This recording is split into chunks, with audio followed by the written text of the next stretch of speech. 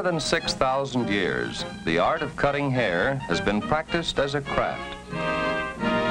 In ancient Egypt, barbers trimmed the square-cut beards of the pharaohs. Clever stylist can change its shape to emphasize features, to change the entire appearance of a customer. Cutting hair to fit a specific personality is what makes the difference between a hair cutter and an artist. There are barbers and beauticians whose aim in life is one of service to the appearance of mankind. These are people whose craft dates back to the beginnings of civilized society.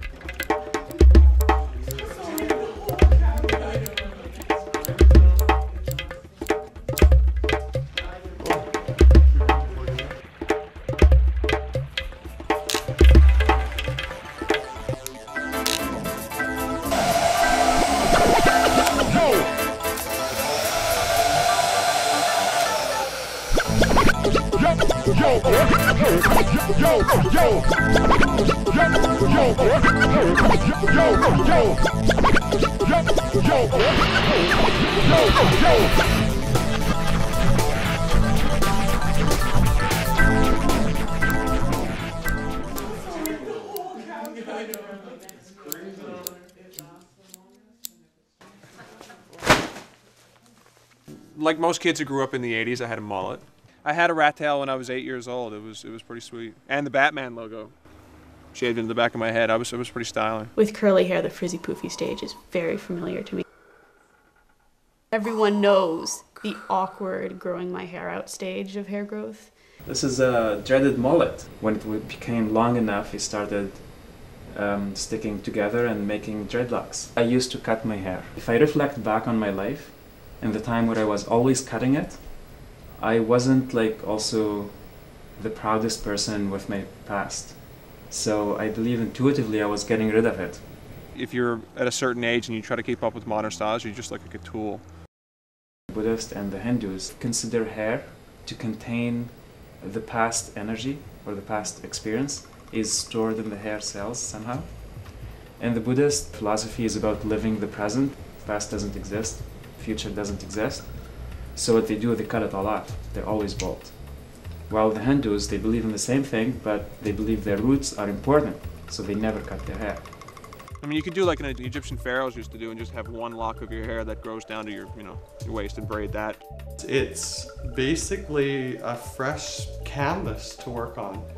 An artist that paints will get his brushes and get all the paint equipment that he needs.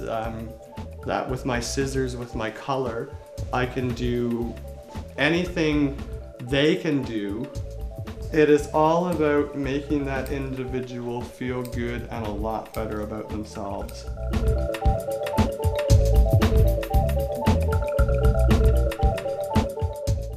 I would say my hair defines me by changing depending on what my my mental standpoint is at the time when I get a cut. So I express myself color, style, length. I mean, ever since I was little, my hair has been such a huge part of who I am. I like the fact that I can change my appearance that drastically.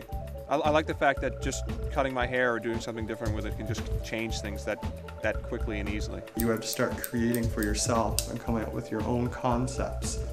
Cut my hair off and change my hairstyle for both my own personal satisfaction and just to, I wouldn't say mess around with other people, but just to kind of give a different impression. It's fun to do that sometimes.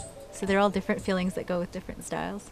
A shaved head represents freedom. I love the feeling of it being short. It feels really liberating and it feels like people look at my face instead of my hair.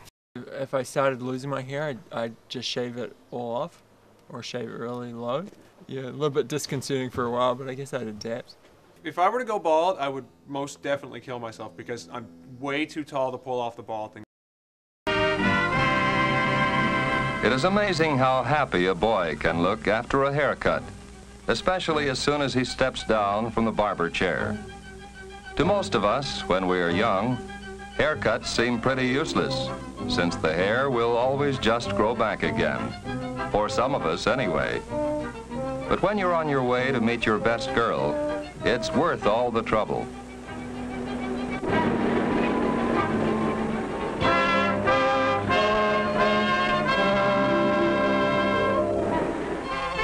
course, one of the things a man almost always forgets is that it takes longer for one woman to finish in a beauty shop than it takes for two men to get their hair cut by one barber.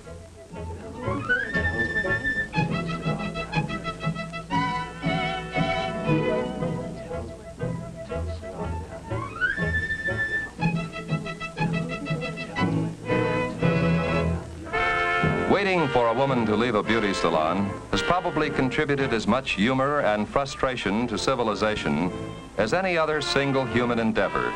But there really is a reason for the waiting.